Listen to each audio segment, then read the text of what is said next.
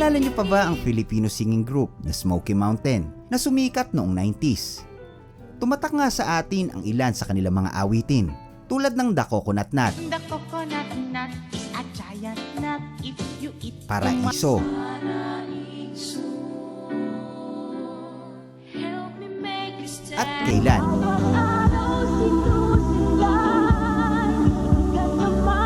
Na marahil ay kinaaliwan at kinagiliwan ng marami sa atin. Kaya kung ikaw ay batang lumaki noong dekada 90, malamang sa malamang ay pamilyar ka sa grupong ito. Halika't atin silang balikan at mas kilalanin sa video na ito. Tatalakayin din natin kung sino-sino ang kanilang mga naging members, paano sila nabuo, bakit bigla na lang nawala ang mga ito sa kasagsagan ng kanilang kasikatan. Nasaan na nga ba ang bawat miyembro ng Smoky Mountain?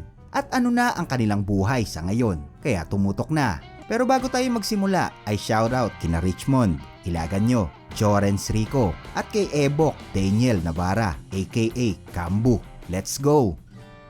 Ang singing group na Smoky Mountain ay nabuo nung huling bahagi ng dekada 80. Ang mga orihinal na member na sina James Coronel, Geneva Cruz, Jeffrey Hidalgo at Tony Lambino. Sila ay binuo ng musical director, composer at national artist for music na si Ryan Cayabyab at ng executive producer na si Jude Berlin. Ang pangalan ng kanilang grupo ay hango mismo sa tambakan ng basura sa Maynila na kilala nga sa tawag na Smoky Mountain.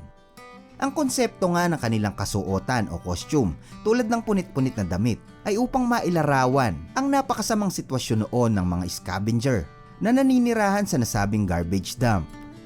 Noong 1990 ay inilabas ng grupo ang kanilang debut pop album na self-titled na Smoky Mountain. Ang tema ng mga kanta na nilalaman nito ay mga patungkol sa buhay-buhay, kapaligiran at makabayang awitin. Unang naging big hit ng grupo ang Kailan. Ito ay naging numero 1 sa national airwaves sa loob ng 8 sunod na linggo. At ang album na ito ay nakakuha ng gold, platinum at double platinum status sa loob ng ilang buwan matapos itong mai-release. At sa kaparehong taon din sa huling bahagi ng 1990 ay dumalo ang Smoky Mountain sa Better World Tour. Sila ay nagtanghal sa United Nations World Summit for Children na ginanap sa New York. Sila nga din ang naging kinatawa ng Pilipinas sa ginanap na 5th ASEAN Song Festival sa Surabaya, Indonesia. Noong 1991, ang Smoky Mountain ay ang ikalawang Pilipinong nagtanghal sa Japan Broadcasting Corporation na NHK. Pero nauna na nga sa kanila si Mr. Gary V. Pero sa kabila ng pagsikat ng Smoky Mountain, ay naging komplikado naman sa kanilang pag-aaral ang schedule ng mga proyekto nila sa music. Kaya naman kinailangan nilang pumili dahil noong mga panahon na yon ay may gagawin pa silang 2 album na ilalabas sa Europe at US. Ngunit sa di kalaunay umalis nga sa grupo sina Tony Lambino at Jeffrey Hidalgo dahil mas pinili nilang tapusin ang kanilang pag-aaral. Nasundan na rin ito ng pag-alis ni Geneva Cruz dahil nagpursue naman ito sa kanyang solong karera.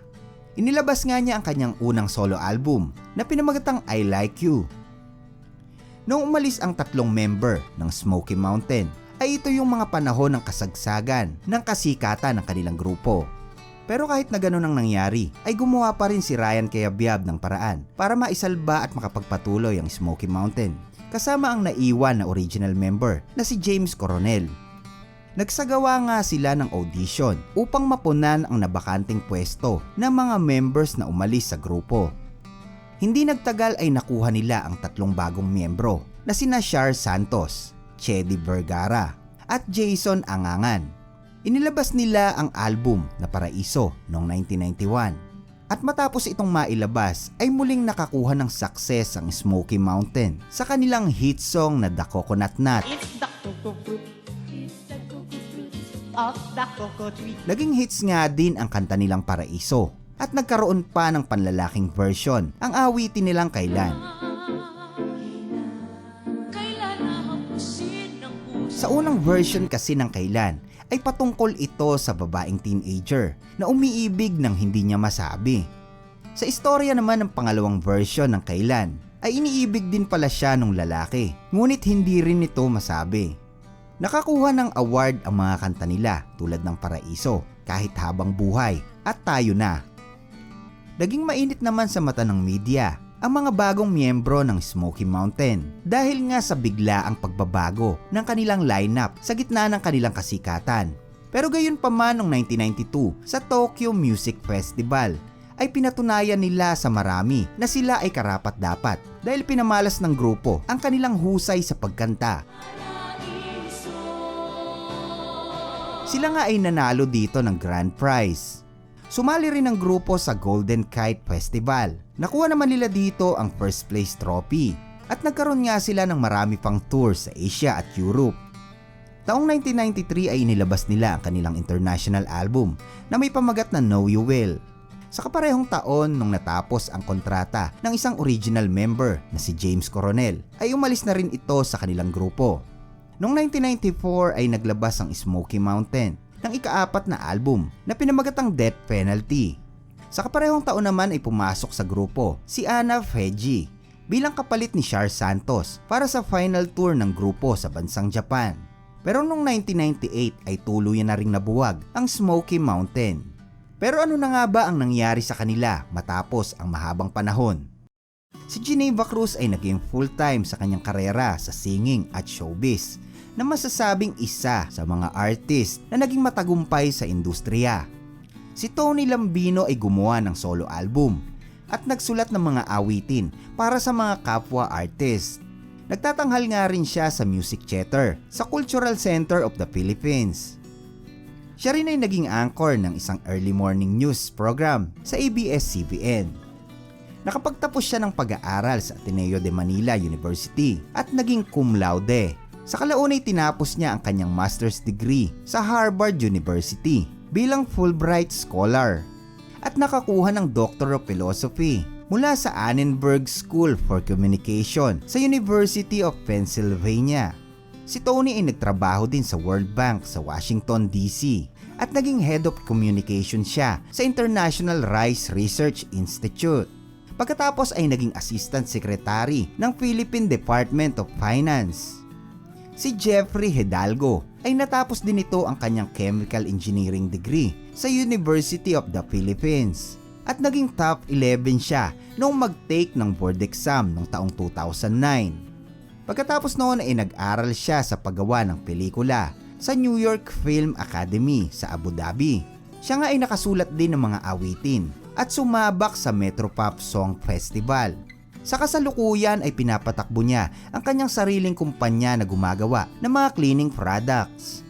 Si James Coronel naman ay nagmamay-ari na ng mga call center sa iba't ibang bansa na matatagpuan sa US, dito sa Pilipinas, India at Sri Lanka. Nag-audition naman si Shar Santos sa ika-4 na edisyon ng reality TV show na American Idol sa ilalim ng pangalan na Sharon Galvez. Ngunit siya ay natalo sa semifinals. Sa ngayon ay mas kilala siya sa tawag na Sharon Kaylor. Si Chedi Vergara ay nakapag-release ng kanyang album na tinawag na Chedi. Nakakuha nga ito ng success. Siya ay sumasali din sa Chatro at nagkaroon ng sariling banda. At sa di kalaunay nanirahan na ito sa Brisbane, Australia. Si Jason Angangan ay nagbalik sa kanilang probinsya sa Ilagan, Isabela. Si Anna Feji ay naglabas ng 2 solo album sa ilalim ng Sony BMG. Nagtanghal din ito sa ASAP.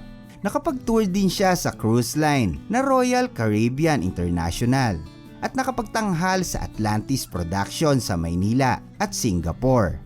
Si Anna din ay nagmamay-ari at nagpapatakbo ng isang matagumpay na music school o mas kilala bilang Brown Academy of Music na matatagpuan sa Cebu. Noong Marso taong 2011, pagkatapos ng 15 taon, ay nagkaisa ang lahat ng naging miyembro ng Smoky Mountain upang mag-record ng bagong kanta na inaalay nila sa nasalanta ng lindol sa Japan. Pinamagatan nga itong I Feel What You Feel.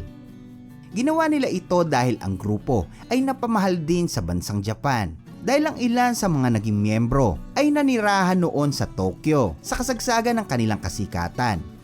Noong Mayo taong 2020 ay nagkaroon ng virtual jamming ang mga miyembro ng Smoky Mountain na tinawag nilang Bayanihan, Musikahan Special. Ito ay naglalayong makalikom ng pondo upang makatulong sa mga taong naapektuhan ng pandemya. Sila ay napanood sa ABS-CBN, pati na rin sa mga live stream. Sa ngayon, sila ay nagpapatuloy pa rin sa kani-kanilang propesyon sa buhay. Hindi man sila magkakasama sa iisang banda, ay masasabing ang bawat isa ay may kani-kaniyang magandang buhay. Pero isa lang ang masasabi ko, sila ay nag-iwan ng magagandang awitin na minsan na rin nating napakinggan nung araw na tayo ay musmus pa lamang. Ika nga ay tatak 90s. Salamat po mga kaibigan ko sa inyong walang sawang pagtangkilik. God bless po sa ating lahat.